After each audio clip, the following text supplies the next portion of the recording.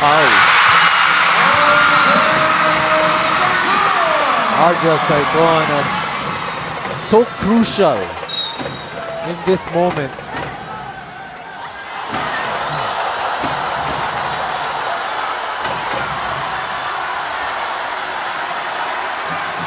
Konting kismisan. But we must remind the players. Next, tignan mo ngayon si Kong at Tony. Hayaan mo sila. Sports lang, sports lang. Maiwasan natin dito yung bench clearing. Oh, parang wala namang gano'n. Sana wala namang gano'n mangyari.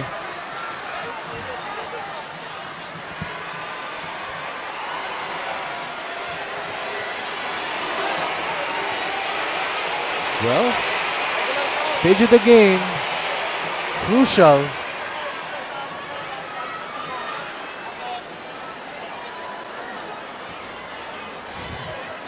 Napapakamot na lang talaga si Coach Gerald. Tingnan natin muna yung play dito. Good play, good screen. Number 26, Ashton Salvador, penalty situation, that's his third foul. Ayun. Technical Medyo foul on Kong's unbelievable basketball for improper bench decorum. Technical foul on number 26, Ashton Salvador, for unsportsmanlike behavior. That's the fourth foul on Ashton Salvador.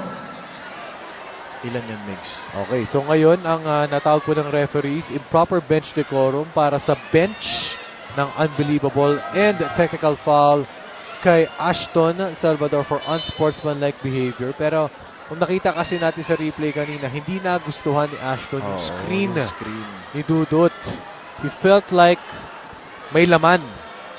So kaya medyo di na nagustuhan ng konti. Kaya doon nagmula ang konting scuffle.